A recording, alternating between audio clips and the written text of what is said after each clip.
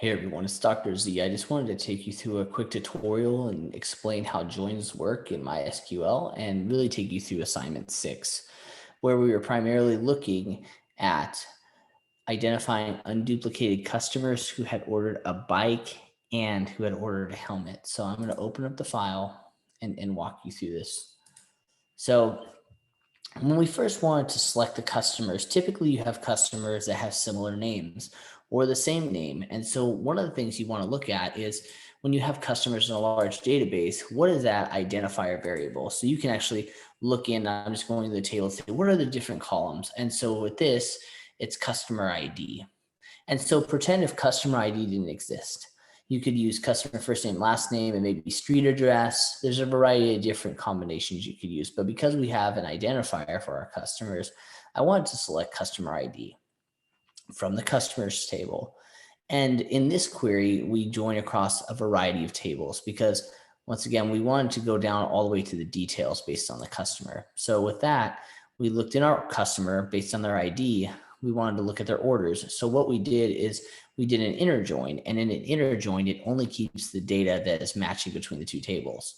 And so we made sure that it matched in the customer ID with the orders. So then we wanted to go a step further and look at more order details.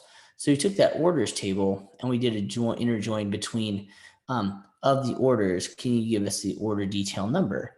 And then within that, we wanted to see products and then blend that with the order details with the products table, where the products actually match these numbers, which represent the bike.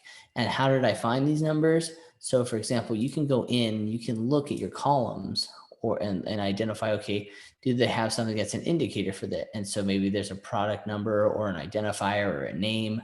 So to look that further, you just run this really quick and just select all from the products table, and you can actually look at the product number and scroll down, and for this the bike, the indicator codes with that for bike, I just scrolled through because it was a short list. And more comprehensive lists, you may want to use a wildcard or in statement to really look for the information you need. So that was a snapshot of how I got to that point.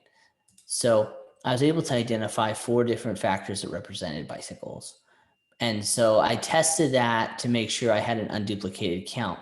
Now, what I had noticed in some of the assignments is that you actually had the details in there. And what that does is it creates duplicates if they ordered more than one bike or more than one helmet or more than one product. So once again, all we wanted to keep were just these factors. But then I wanted to do a similar process, and I created a union where it's it made a union where but based on ID, and I selected the same process, but I went through and said, were the products primarily related to helmets? And so your final output should be an unduplicated list of individuals for that. So once again, remember when reading the request, what the request is. So this request was primarily, they just wanted to know the individuals, and we utilized inner join just to keep the variables that matched. And then we did multiple inner joins, and it was steps along the way to figure out how do we get all the way from customers through orders, through order details, and then product number to determine the products, and then blended that information together. If you have any questions, please feel free to shoot me an email or give me a call. All right, talk to you later.